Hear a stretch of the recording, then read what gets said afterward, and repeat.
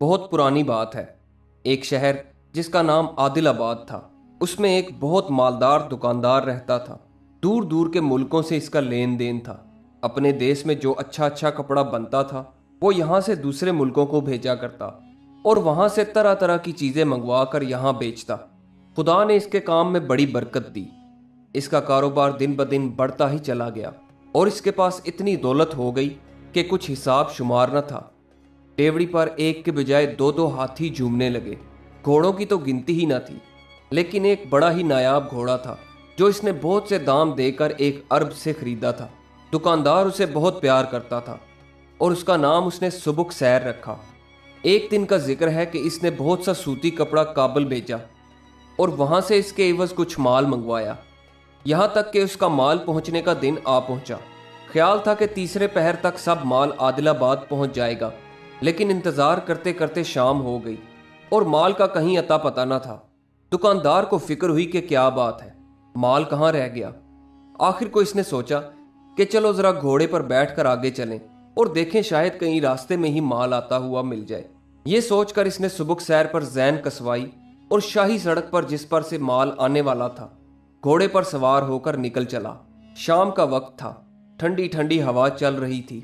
اس دن ذرا کچھ بارش ہوئی تھی، اسی وجہ سے مینڈک بھی سب مل کر کیں کیں کر رہے تھے اور شام کے سناٹے میں ان کی آواز اور بھی زیادہ اونچی معلوم ہوتی تھی۔ دکاندار مال کے بارے میں سوچے چلا جا رہا تھا کہ بے خیالی میں وہ شہر سے بہت دور نکل گیا اور ایک جنگل میں پہنچ گیا۔ ابھی یہ اپنی دھن میں آگے ہی جا رہا تھا کہ پیچھے سے 6 آدمیوں نے اس پر حملہ کر دیا۔ اس نے ان کے 2 وار تو روک لیے، لیکن جب دیکھا کہ وہ 6 ہیں اور میں اکیلا، تو سوچا کہ اچھا یہی ہے کہ میں ان سے بچ کر نکل چلوں۔ چنانچہ اس نے گھوڑے کو گھر کی طرف پھیرا، لیکن ڈاکوؤں کے پاس بھی گھوڑے تھے، انہوں نے بھی گھوڑے پیچھے ڈال دیے۔ اب تو عجیب حال تھا، سارا جنگل گھوڑوں کی ٹاپوں سے گونج رہا تھا۔ ایک بڈھا سا مینڈک جس کے ساتھ ساتھ اور سب مینڈک بھی مل کر چلا رہے تھے، ان گھوڑوں کی آواز سن کر گھبرا گئے اور بس ایک دفعہ کیں کر کے دوسری دفعہ کہنا بھول گئے۔ بہت دیر تک سبک سیر آگے آگے دوڑتا رہا اور پیچھے پیچھے 6 ڈاکو۔ لیکن سچ یہ ہے کہ سبک سیر نے اس دن اپنے دام وصول کرا دیے۔ کچھ ہی دیر بعد وہ 6 کے 6 گھوڑے پیچھے رہ گئے اور سبک سیر اسی طرح سیدھا عادل آباد پہنچ گیا اور اپنے مالک کی جان بچا کر گھر لے آیا۔ پہنچنے کو تو سبک سیر گھر پہنچ گیا، مگر بدن پر اس قدر پسینہ آیا تھا کہ جیسے جھاگ معلوم ہو۔ کچھ ہی دنوں بعد پتا چلا کہ اس نے بھاگتے ہوئے اتنا زور لگایا تھا کہ بیچارے کی ٹانگیں بیکار ہو گئیں۔ اس کے بعد اگلے کچھ دنوں میں اس غریب کی آنکھیں بھی جاتی رہیں، لیکن دکاندار کو سبک سیر کا احسان یاد تھا۔ وہ خوب سمجھتا تھا کہ سبک سیر نہ ہوتا تو اس روز اس کی جان گئی تھی۔ چنانچہ اس نے حکم دیا کہ جب تک سبک سیر جیتا رہے اسے روز صبح شام 6 سیر دانہ دیا جائے اور کوئی کام اس سے نہ لیا جائے۔ یہ مالک کا حکم تھا۔ دانہ برابر دیا جانے لگا، لیکن جب کچھ دن گزر گئے تو دکاندار نے کہا 6 سیر بہت ہوتا ہے، 4 سیر کر دو۔ آج سے سبک سیر کو 4 سیر دانہ دیا جائے۔ سائس نے کہا حضور بہت اچھا۔ چنانچہ 4 سیر دانہ دیا جانے لگا۔ کچھ دن اور گزرے، دکاندار کو خیال آیا کہ یہ سبک سیر تو بیکار ہی کھڑا رہتا ہے، بس 3 سیر دانہ بہت ہوتا ہے۔ چنانچہ اس نے حکم دیا کہ اب سے سبک سیر کو 3 سیر دانہ دیا جائے۔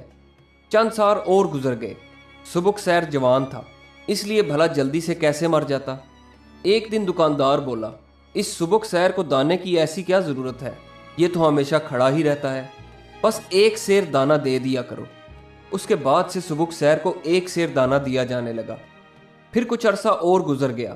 سبک سیر بیچارہ کھانے کی کمی کی وجہ سے بہت دبلا ہو گیا تھا۔ اب وہ پہلے سی بات کہاں رہی تھی، شکل صورت بھی ویسی نہ رہی۔